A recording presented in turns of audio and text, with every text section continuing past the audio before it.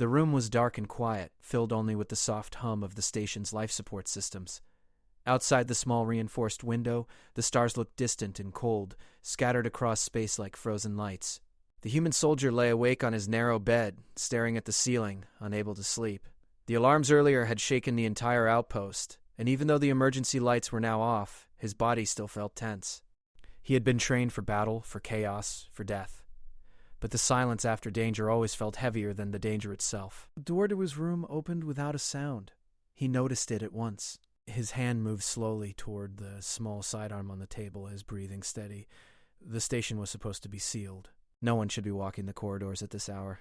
A figure stepped inside. She was tall and slender, her shape unfamiliar even in the dim light. Her skin shimmered faintly, like moonlight on water. She closed the door behind her and stood still, as if listening to the room itself. The soldier did not speak. He had learned that sudden movement could turn confusion into disaster. She turned toward him. Her eyes were large and reflective, filled with something that was not fear. Not exactly. It was closer to exhaustion. Deep, bone-level exhaustion. Slowly, carefully, she removed the thin outer garments she wore. They were not clothes in the human sense, but layered protective wraps, each one designed to shield her fragile body from environments not meant for her species. She let them fall to the floor. The soldier froze. Not from desire or shock, but from uncertainty. This was not something covered in training manuals. He stayed still, his voice calm when he finally spoke. "Are you hurt?" She did not answer with words. Instead, she crossed the room with slow, unsteady steps. When she reached the bed, she hesitated for only a moment, then lay down beside him and pressed herself gently against his chest. Her body was warm, almost too warm, and trembling slightly, like something struggling to hold itself together. The soldier did not move. He could feel her breathing. Fast at first, then slowly easing. His instincts screamed questions, but something deeper told him not to push her away. Whatever this was, it was not an attack. Minutes passed. Her shaking lessened. The station's medical sensors embedded in the walls began to glow softly, reacting to changes in her biosigns. The soldier noticed, but said nothing. He simply adjusted his position so she could rest more comfortably, one arm resting near her back without fully wrapping around her. Only then did she speak, her voice quiet and fragile, translated by the small device at her throat. "Please do not be afraid." "I'm not," he replied honestly. She released a slow breath, as if those words alone helped her survive. Her name, she later explained in broken sentences, was Asharel. She belonged to a species rarely seen outside their home system. They were not warriors. They were not explorers. They were thinkers, builders, and caretakers of delicate worlds. Their bodies evolved in stable environments rich in natural energy fields that protected them. The station had none of that.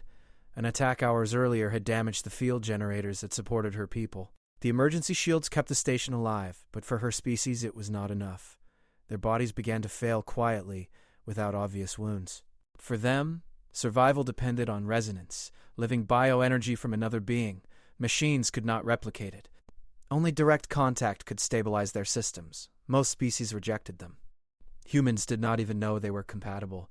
"I was told," she said softly, "that humans are warm, not only in body." The soldier swallowed. He had been called many things in his life. Dangerous, violent, primitive. No one had ever described his species as warm. "You could have asked," he said gently. She shifted slightly, her head resting against his chest, where his heartbeat was steady and strong. "We are taught not to burden others with our survival." "That's a bad rule," he said without thinking. For a moment, she was silent. Then, quietly, she laughed, a soft sound like glass chimes touching. Outside the room, unseen, medical systems recorded something unprecedented. Her vital signs stabilized. Her failing biofield began to rebuild itself, slowly but surely. Elsewhere in the station, alarms lit up, not warnings, but confusion. Command officers stared at screens they did not understand. Inside the room, none of that mattered. The soldier felt the tension leave his body little by little. He did not sleep, not fully, but he rested. And for the first time since arriving on this distant outpost, he felt like he was doing something meaningful without firing a single shot. Hours passed. When the lights shifted to artificial dawn, Asharel stirred. She lifted her head slightly, her eyes clearer now, brighter. "You saved me," she said. "I just stayed still," he replied. That is not a small thing. She sat up slowly, gathering her fallen garments and wrapping them around herself again. Her movements were steadier now, her posture stronger. Before standing, she looked at him closely, as if memorizing his face. "My people will ask questions," she said. "There may be consequences." He met her gaze. "I can handle questions." She nodded once, deeply respectful. "Then history may begin here." She left as silently as she had arrived. The door closed. The room felt empty, but different. Changed. The soldier lay back, staring at the ceiling again. His heart still carried the echo of her presence. He did not yet know why, but he felt certain of one thing: that quiet night would not remain a secret for long, and the galaxy would never look at humans the same way again. The station did not wake gently. Within hours of Asherel leaving the human soldier's room, the medical wing was filled with quiet tension. Screens flickered with data that made no sense to the doctors watching them. Lines that should have been falling were stable. Systems that had been failing were now holding steady. One patient, however, stood out above all others: Asherel. Her recovery curve was impossible. The alien medical officers gathered around the display, their voices low and careful. They had lived their whole lives knowing the limits of their bodies. Their species did not heal quickly. They did not recover from biofield collapse. When it happened, it usually ended in silence and loss. Yet here she was, alive, stronger than she had been in days. How long was she exposed to the stabilizing field, one asked. "There was no field," another replied. "The generators are still offline." "Then explain this." No one could. Security logs were pulled. Door access records. Corridor movement. The answer appeared quickly, but it raised more questions than it solved. She had spent the night in a human's private quarters. That information spread fast, but not loudly. On a mixed-species station, rumors were dangerous. Assumptions could start conflicts before facts had a chance to breathe. The human soldier was summoned to command before midday. He walked the corridors calmly, hands behind his back, boots echoing softly against the metal floor. Soldiers passed him and nodded. He returned the gesture, unaware that many eyes followed him longer than usual. Inside the command chamber, the air felt heavier. A semicircle of officers waited: human commanders, alien diplomats, and medical specialists from several species. At the center stood the station commander, a human woman with steel-gray hair and tired eyes. "Sit," she said. "He did. Tell us exactly what happened," she continued. "From the moment your door opened." "So he did," he spoke simply. No dramatic words, no guessing. He described the silence, the exhaustion in Asherel's eyes, her need to rest against him, and the calm that followed. He did not describe feelings beyond what was necessary. He did not add meaning where there had been none. When he finished, the room was silent. An alien diplomat finally spoke. Its voice was careful, controlled. "Do you understand the significance of what you describe?" "No," the soldier said honestly. "I just know she needed help." A ripple moved through the room. Not anger, not approval. Something closer to unease. Asherel was invited in next. She entered with dignity, her posture upright, her presence calm. She wore her ceremonial wraps again, though now they were more symbolic than protective. Her eyes found the soldier briefly, and she inclined her head in respect. "I requested this meeting," she said. "I will explain." She spoke of her people's biology, of resonance and living energy, of how their survival once depended on shared environments filled with natural life, of how, over generations, their technology replaced nature and weakened them. "We cannot bond with most species," she said. "Their energy patterns are sharp, unstable, or hostile to our systems." She paused. "Humans are different." The room leaned closer. "Your species carries a rare balance," she continued. "Strength and restraint. Intensity and patience. Your presence does not overwhelm us. It anchors us." The medical officers exchanged stunned looks. "When I lay against him," Asherel said, "my system stabilized within minutes. Not because he acted, but because he allowed me to exist without fear." The commander studied the soldier closely. "Did you know this would happen?" "No, ma'am." "Did you feel threatened?" "No." "Did you feel in control?" He thought for a moment. "No." "But I didn't feel powerless either." That answer stayed with many of them. Later that day, controlled tests began, with consent. Other members of Asherel's species were brought into monitored environments with human volunteers. Not soldiers this time. Engineers, medics, technicians. The results were consistent. Human presence slowed biofield decay, extended contact reversed it. The galaxy had classified humans as dangerous generalists. Adaptable, aggressive, unpredictable. Now, data suggested something else entirely. They were stabilizers. By evening, the station received priority communication from multiple systems. Word had traveled faster than expected. Observers wanted confirmation, explanations, reassurances. The soldier returned to his quarters under light escort, not as a prisoner, but not as a free man either. He sat on his bed again, staring at the same ceiling, feeling like the universe had quietly shifted without asking his permission. There was another soft knock. This time, the door chimed politely. Asharel entered. "I hope I am not breaking protocol," she said. "I stopped tracking protocol last night," he replied. She smiled faintly. "I wish to thank you properly," she said, "and to warn you. About? My people do not give trust lightly. What I did binds consequences to you now." He nodded. "I figured." She sat across from him, not touching this time, but closer than most would dare. "Some will fear this connection," she said. "Others will try to use it." "Let me guess," he said.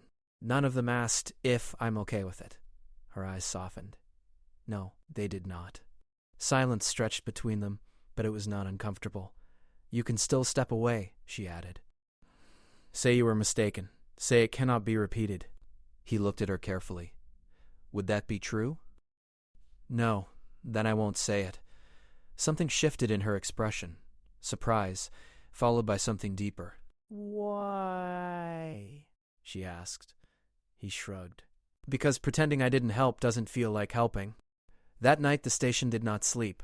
Messages arrived. Requests were made. Debates ignited across systems that had never agreed on anything before. Humans were no longer just fighters. They were becoming necessary. And necessity scared people more than weapons ever had. As for the soldier, he lay down again, fully aware that his quiet choice had started something far larger than himself. Somewhere beyond the station's walls, the galaxy adjusted its expectations slowly, reluctantly, and forever. The station became crowded without becoming loud. Ships arrived one after another, docking with careful permission. Their designs were different, smooth curves, sharp edges, living holes, but they all came for the same reason. Representatives from many species wanted to see the truth with their own eyes. Data could be questioned, stories could be doubted. But a living result could not be ignored. Human presence was changing lives. The human soldier noticed the difference before anyone told him. Guards outside his room increased, not with weapons raised, but with polite distance. Officers who once walked past him without a glance now studied him as if he were a rare object. He did not like it. He spent more time in observation rooms now, under medical supervision. Not as a test subject, but as a reference point. Doctors asked him to sit, to stand, to breathe normally. They measured heart rate, skin temperature, neural patterns. He answered questions when he could. Most of the time, he said very little. Asharel remained close, but not constantly. She was called into councils and private discussions, asked to speak for her people. Each time, she told the same truth. He did nothing wrong. He did nothing special. He simply allowed me to rest. Many did not like that answer. They wanted formulas. Procedures, control. The idea that something so simple could matter frightened them. One cycle later, the first real conflict arrived. An alien delegation from a powerful coalition demanded exclusive access to human volunteers. They claimed it was for research, for safety, for prevention of extinction events. Their words were careful, but their intent was clear. Ownership. "This is not a resource," she said. "It's a people." Tension rose. Security reports showed increased movement near human quarters. Conversations grew sharp. The soldier was advised to remain isolated for his own safety. He ignored the advice once. He went to the common observation deck, where the stars spread wide and endless. Humans often came here to think, to remember home. He stood alone, hands resting on the railing. A presence joined him quietly. "You should not be here alone," Asharel said. He did not turn. "Neither should you." She came closer, standing beside him, not touching, but near enough that he could feel the warmth again, faint but familiar. "The council is divided," she said. "Some wish to protect you. Some wish to claim you." "Funny," he replied. "I didn't realize I was up for bidding." Her lips pressed together. "That is why I came." He finally looked at her. To warn me? To choose, she corrected. She explained carefully, slowly, in simple words. Her people were offering a formal bond of alliance with humanity, but only through an individual link, a symbol, a bridge. Someone they trusted completely. Him. This bond would grant protection, she said, but also responsibility. You would no longer be unseen. He exhaled slowly. I was invisible just fine. I know, she said softly, but invisibility did not save me. The next day, an incident forced the issue. A group of non-human operatives attempted to access restricted human quarters. Not violently, quietly. They disabled sensors and locks, believing stealth would avoid conflict. They were wrong. Human reflexes were faster than expected. The station went into partial lockdown. No shots were fired, but the message was clear. Humans would not be taken without consent. The galaxy watched closely. Emergency councils were called. Statements were made. Apologies followed, thin and careful. The soldier was brought before the highest mixed-species council assembled on the station. The chamber was massive, filled with light and floating displays. Beings of every shape and size watched him. He felt small. The commander spoke first. Then Asherel. Finally, they asked him to speak. He stood, cleared his throat, and said only this. I didn't ask to matter. I didn't plan to change anything. Someone needed help. I stayed. The translation echoed through the chamber. Silence followed. Then something unexpected happened. One by one, representatives lowered their gaze, a sign of respect in many cultures. Not because he was powerful, but because he was not trying to be. The council's decision was recorded that day. Human contact would never be forced. Any bond must be mutual. Any alliance must be built on trust, not extraction. Asherel's people formally recognized humans as living stabilizers, partners, not tools. As for the soldier, he was given a choice again. Return to anonymity, protected but distant, or stand openly as a bridge between species. That night he sat in his room once more, the same room where it had all begun. Asherel stood near the door, waiting without pressure. You do not owe us anything, she said. He looked at the bed, then at the stars beyond a window. I know, he replied. He stood. But if staying still once saved a life, he added, maybe standing up now can save more. Her eyes shone, not with tears, but with pride.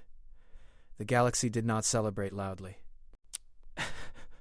It adjusted, slowly, carefully, and for the first time it did so around humanity, not as a threat, but as a steady presence it could finally lean against. The station was alive in a way it had never been before. Holographic displays floated in every corridor, projecting data on human biostabilization and alien energy fields. Scientists, diplomats, and engineers from dozens of systems moved carefully through the halls, talking quietly, taking notes, watching. All eyes were on the results, and all results pointed to the same conclusion. Humans were extraordinary, not in strength, not in firepower, but in something subtler, presence, warmth, and restraint. The soldier walked among them, unnoticed by most, but studied by many. His steps were deliberate, hands clasped behind his back, posture straight. He was not a diplomat, not a leader. He was simply a man who had chosen to stay calm while someone else's life depended on it. And now, that choice had changed the trajectory of many worlds. Asherel approached him in one of the quieter halls, her ceremonial wraps folded neatly at her side. Her eyes carried a weight that went beyond exhaustion. The council had gathered again, this time to discuss the future of her people. She had chosen to include him, but only if he wished to participate. I've called the council, she said softly. They want a decision, and it cannot be postponed. He nodded, already anticipating what that decision would entail. He had watched enough to know that the council's idea of choice often left little room for refusal. What are the options? He asked. She took a slow breath. They wish to offer a bond. It is a tradition among my people for survival. A human presence would be integrated with a leader's life, permanently linking us biologically and symbolically. It would grant protection, knowledge, and trust. But it is binding. There is no leaving once it is formed. He considered her words carefully. The weight of them pressed on him, but he did not flinch. He had faced death before. He had stared at the void of space when alarms screamed, and yet he had moved through danger without hesitation. This was different, but not unfamiliar. Responsibility, in whatever form, was something he could carry. And if I refuse? He asked quietly. Your refusal would be respected, she said, though her voice trembled slightly. But it may lead to instability among my people. Some may resist human aid. Others may doubt your species' intentions. The bond is not only a personal choice, it is a symbol for many." He absorbed the gravity of the words. A single decision could ripple across star systems. Yet he did not feel pride, nor fear. He felt clarity. "I will not refuse," he said finally. She looked at him, her eyes wide, almost disbelieving. "You understand what this means?" "I do," he replied. "I understand that it is bigger than me, bigger than her, bigger than anyone here. But standing aside will not save her people. I will stay." Her relief was palpable. For a moment she looked as fragile as she had the first night, lying against his chest. But now there was strength behind her eyes, a recognition that humans could choose courage without coercion. The council convened in the central chamber. Beings of every shape and color surrounded them, floating platforms and hovering chairs filling the enormous room. Asherel's voice was steady as she introduced him. "This human has chosen not only to assist me," she said, "but to stand as a living anchor for my people. His presence has proven to stabilize biofields beyond our technology. He is not here as a tool or a weapon. He is here as a partner." Whispers moved through the chamber. Some voices were skeptical, some curious, some cautious. They had been taught to fear humans, unpredictable, violent, aggressive. And yet here was evidence to the contrary. Here was proof of something far more subtle, far more important. The human soldier stepped forward. He did not raise his voice. He did not demand recognition. He spoke only what was necessary. "I did not choose to matter. I did not choose to change anything. I only did what was needed to keep someone alive. That same choice could help more people now." He looked around the room, meeting the eyes of alien leaders who had watched history unfold without touching it. "I am not a hero. I am not a diplomat. I am human, and that is enough." Silence fell. Not the tense, waiting silence of an audience, but the quiet that comes when everyone recognizes truth. The council deliberated. Hours passed. Decisions were made. Asherel's species formally declared humans as partners in survival, acknowledging the unique ability of their biology to stabilize fragile systems. Bonds would be voluntary, never forced. Humans were not tools. They were allies. When the chamber emptied, the soldier remained with Asherel. The weight of responsibility had shifted, but not burdened him. He felt the connection between them. Not physical, but a shared understanding. They had both survived the night when everything seemed fragile and uncertain. They had chosen trust over fear. "You changed their minds," she said softly, standing beside him. "No," he said. "I just stayed still. That was enough." "Sometimes staying still is the hardest choice," she replied. The stars outside the window shone in the void, unblinking and eternal. Yet inside the station, something new had begun. The galaxy had begun to see humans differently, not as conquerors, not as unpredictable fighters, but as beings capable of patience, compassion, and resilience. Word traveled quickly beyond the station. Systems that had once dismissed humanity as a minor threat now sent representatives to observe, study, and learn. Messages came from worlds that had never traded with humans before. Invitations to councils, to alliances, to negotiations. Messages that recognized the potential for humans not just to survive, but to stabilize the fragile balance of life across the stars. For the soldier, the recognition was quiet. He was not seeking fame or reward. He wanted only to continue doing what was right. And for the first time in a long while, he felt certain that right choices, even small ones, could have effects far beyond the individual. Asherel remained near him, no longer needing constant stabilization, but choosing to stay by his side. In her culture, that was as significant as any formal bond. It was respect, trust, and acknowledgement of a quiet courage that few had ever seen before. Together, they walked the halls of the station, observing, guiding, and protecting. Humans and aliens alike watched them, learning that cooperation did not require dominance, and that strength was not always measured by weapons or authority. Evening came, and the station's lights dimmed to mimic the fading warmth of a distant sun. Outside, the void stretched endlessly, but inside there was life and trust and understanding. The soldier and Asherel stood side by side, looking out at the stars. Neither spoke at first. The moment was filled with unspoken acknowledgement of the nights they had endured, the choices they had made, and the path that now lay ahead. "I did not expect this," he said finally. "Neither did I," she replied. "But it is better than I imagined," he added. Yes, she agreed, because it was chosen, not forced. The galaxy outside would never be the same. They had seen what humans were capable of, not in war, not in conquest, but in patience, in care, and in quiet courage. And that understanding would ripple outward, shaping alliances, guiding decisions, and saving lives in ways no one could yet predict.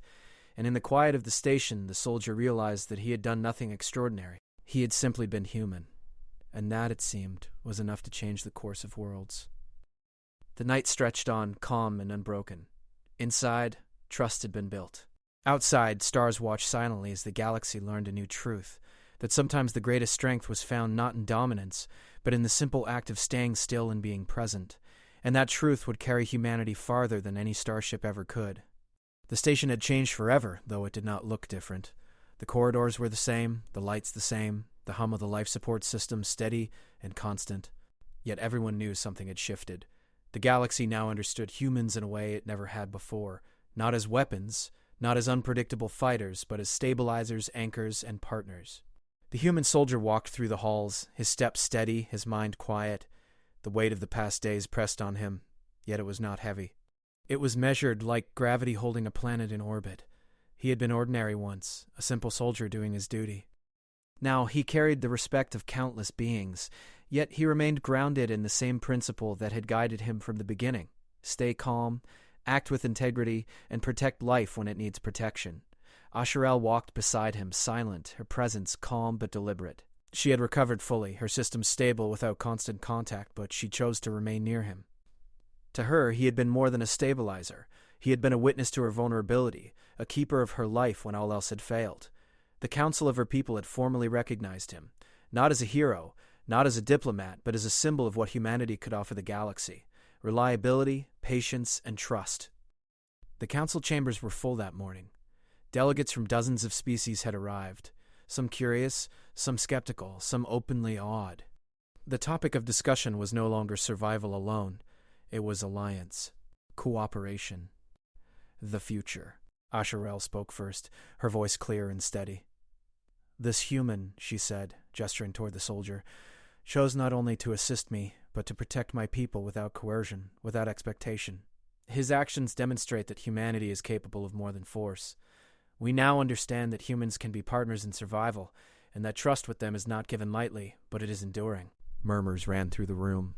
Some were astonishment, some approval, some quiet suspicion. But all understood that this was not a performance. The human soldier had acted without expectation, without personal gain, and the results could not be disputed. When it was his turn to speak, he did not raise his voice. He did not embellish. He simply said, "I did not plan this. I did not ask to matter. I only stayed present. I only stayed calm when it was needed. If that has value, I will continue to act the same way." His words echoed across the chamber. They were simple, but clear. They carried authority, not because of command, but because of integrity. The council recorded the moment carefully, for history, for education, and for guidance. Later, in private, Asherelle spoke to him again. "Do you understand what your choice means?" she asked. "I think so," he replied. "It means people will look at humans differently. They may expect more from us. They may trust us more. That's all." She shook her head slightly, a smile forming at the corner of her lips. "It means more.